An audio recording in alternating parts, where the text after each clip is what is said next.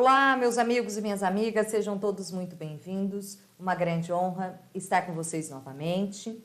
Agora, para o estudo específico da execução fiscal.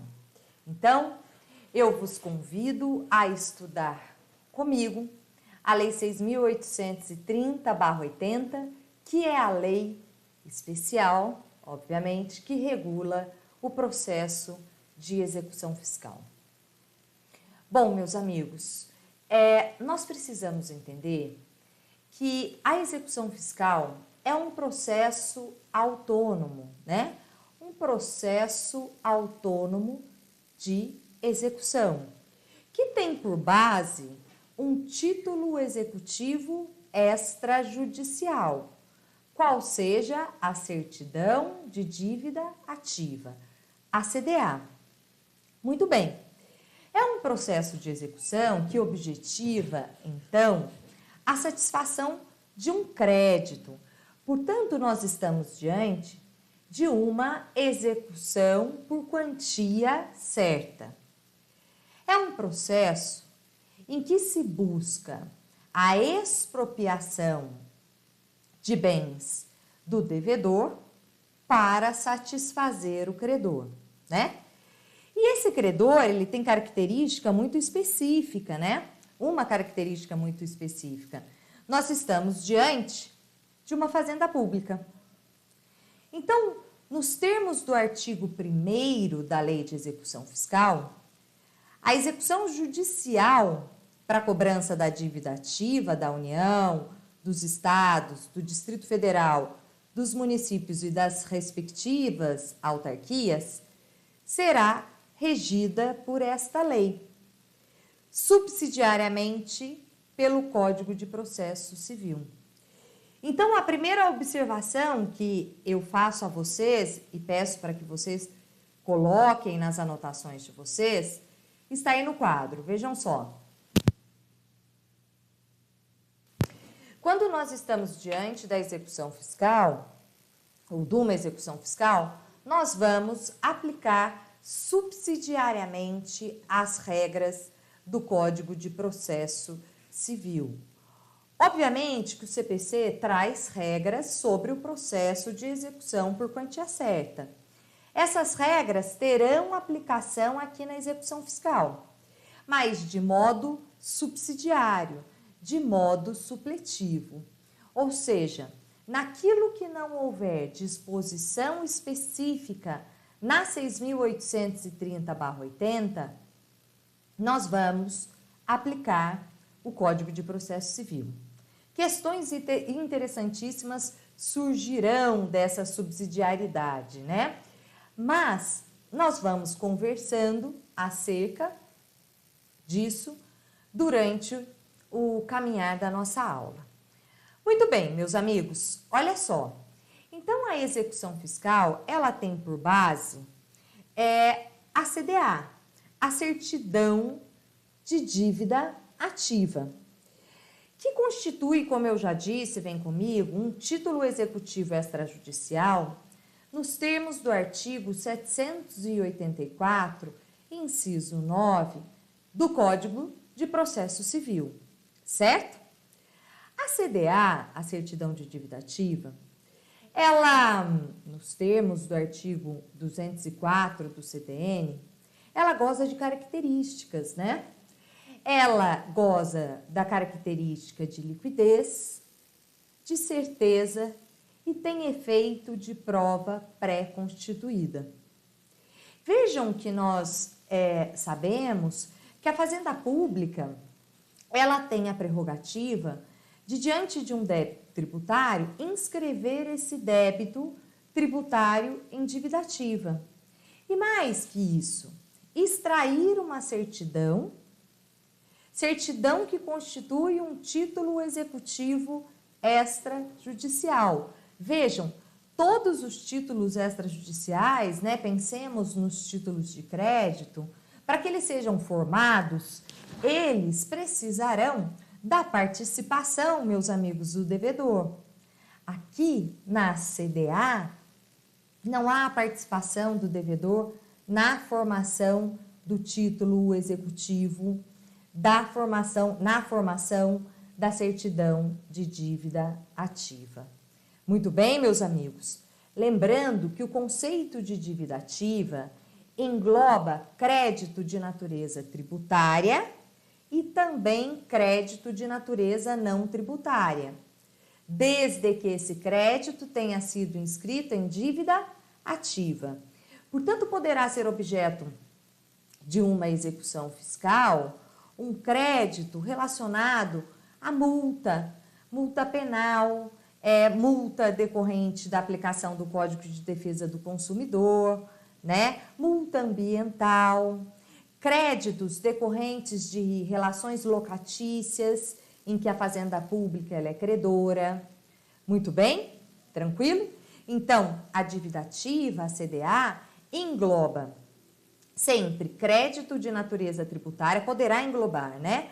Crédito de natureza tributária ou não tributária, nos termos da Lei 4.320/64, que traz normas gerais de direito financeiro. Tudo bem, meus amigos? Tudo bem até aqui? Olha, eu preciso fazer mais uma observação com vocês. Vejam o seguinte, nós temos uma lei especial regulando a propositura da execução por quantia certa contra o devedor de crédito de natureza tributária ou não tributária pertencente a uma fazenda pública. Tudo bem? Tranquilo? Tranquilo? Maravilha. Se a fazenda pública for propor uma execução por obrigação de fazer, uma execução por obrigação de não fazer, uma execução para entrega de coisa certa ou incerta, meus amigos, ela se valerá das regras do Código de Processo Civil. Porque, repito, a 6.830/80, ela disciplina a execução proposta pela fazenda pública em que nós vamos buscar dinheiro, né? Em que a fazenda pública irá buscar dinheiro, irá buscar a expropriação de bens do devedor para satisfazer o seu crédito, ok? Então, a 6.830/80, ela não se aplica às execuções de obrigação de fazer, de não fazer, de entregar coisa certa ou incerta. Execuções essas propostas pela fazenda pública. Por que isso? Porque essas execuções, então, elas serão reguladas não pela 6.830/80, mas sim pelo Código de Processo Civil. Maravilha? Muito bem. Então, qual é o conceito da execução ou de uma execução fiscal? Vamos colocar no caderno, por favor? Trata-se de uma execução por quantia certa, proposta por uma fazenda pública,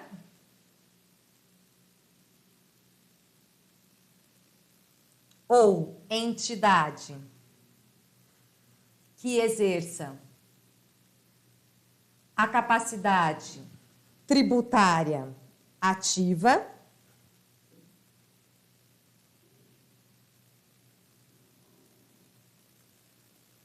em que se busca a satisfação do crédito mediante a expropriação de bens do devedor. Muito bem, meus amigos? Muito bem? Acho que está tranquilo, né? Bom, e depois da gente falar do conceito, e aí o que eu quero que vocês guardem é que se trata de uma execução por quantia certa, processo autônomo de execução, pautado num título executivo extrajudicial, nós precisamos agora olhar a competência, Em qual local deverá ser proposta a execução fiscal? Vejam, meus amigos, ela deverá ser proposta no domicílio do executado. No domicílio do executado, certo? Nos termos do que dispõe o artigo 46, parágrafo 5º do Código de Processo Civil. Vejamos, a execução fiscal será proposta no foro de domicílio do réu, no de sua residência ou no lugar onde for encontrado. Muito bem, meus amigos, olha só, a execução ela deve ser proposta no domicílio do executado, tendo-se em vista o princípio da menor onerosidade da execução, objetivando, então, que o devedor, de uma forma mais fácil, consiga satisfazer o seu débito, né? Haja vista que se a execução tramita no seu domicílio, é muito mais fácil para que ele se defenda nesse processo, né? Embora hoje tenhamos o processo eletrônico, para que ele se manifeste no processo, enfim, para o cumprimento ou satisfação do crédito. Mas nesse momento, eu peço para que vocês voltem a atenção de vocês para o artigo 5º da Lei 6.830/80, que menciona que a competência para processar e julgar a execução da dívida ativa da Fazenda Pública exclui a de qualquer outro juízo, inclusive o da falência, o da concordata, da liquidação, da insolvência ou do inventário. Vejam, meus amigos, a execução fiscal, a satisfação do crédito tributário, ou melhor, o crédito tributário, ele não se sujeita aos juízos universais. Isso está previsto no Código Tributário Nacional e também na Lei 6.830/80, no seu artigo 5º. Beleza? Tranquilo? Anotaram o artigo 5º? Maravilha. Vamos em frente. A petição inicial da execução fiscal, ela é simplificada, tá, meus amigos? E os seus requisitos encontram-se previstos no artigo 6º da Lei de Execução Fiscal, ou de execuções fiscais, né? Artigo esse que estabelece, vejamos, a petição inicial indicará apenas, eu estou lendo a cabeça do artigo 6º da 6.830. Vejam, a petição inicial indicará apenas o juiz, vem comigo, ó, o juiz a quem é dirigida o pedido e o requerimento para a citação. Vejam que a Lei 6.830 traz os requisitos da petição inicial executiva. E isso terá algumas consequências para nós. Consequências essas que nós já falaremos. Mas vamos prosseguir aí no artigo 6º da Lei de Execuções Fiscais. Combina o parágrafo 1º. A petição inicial será instruída com a certidão da dívida ativa, que dela fará parte integrante, como se estivesse transcrita. Tudo bem? Geralmente, a própria certidão de dívida ativa, ela já é a petição inicial da execução fiscal. Parágrafo 2º.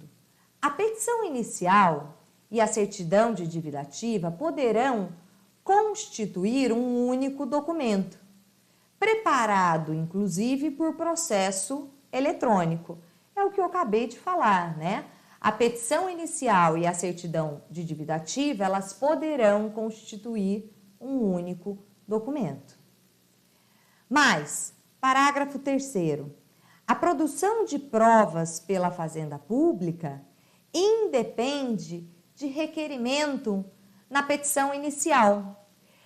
Vejam que interessante e vamos grifar esse parágrafo 3º da 6.830, que estabelece, meus amigos, que, olha só, que a produção de provas por parte da Fazenda Pública, né, pedidas pela Fazenda Pública, independerá do requerimento na petição inicial. Olhem como a Fazenda Pública ela goza de garantias, né? Ela goza de privilégios.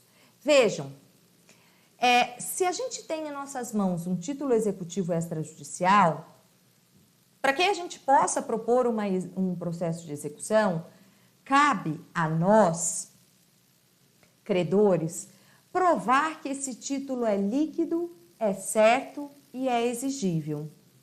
Como eu disse para vocês há pouco, vigora a favor da Fazenda Pública a presunção de que a CDA é um título líquido, certo e exigível. Vejam, cabe ao executado, cabe ao devedor, aquele que está tendo seus bens atingidos pelo processo de execução, demonstrar, meus amigos, que o título não é líquido, não é certo e não é exigível. Nós temos aqui uma inversão do ônus da prova.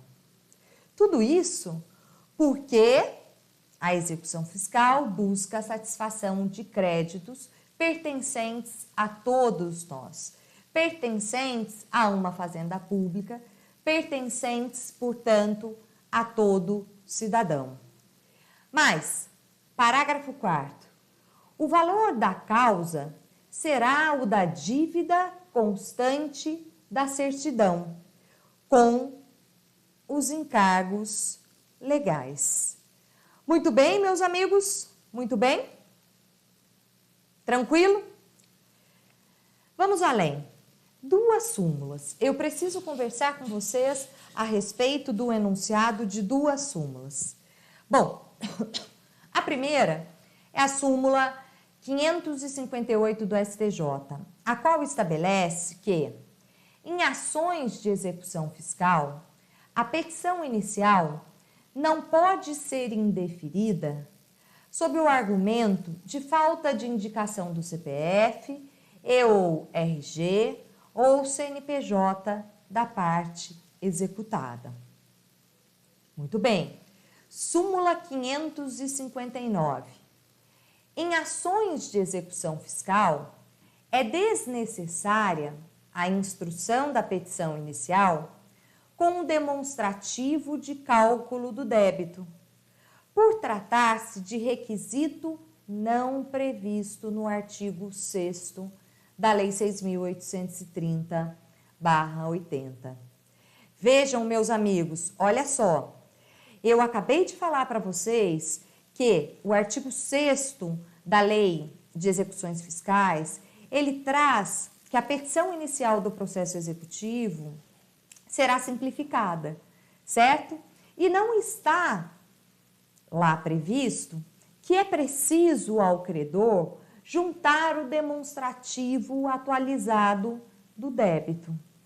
De modo que o STJ entende que se não houve previsão específica, e nós temos um artigo tratando dos requisitos da petição inicial, é porque o demonstrativo não é requisito da petição inicial executiva, aqui no nosso caso.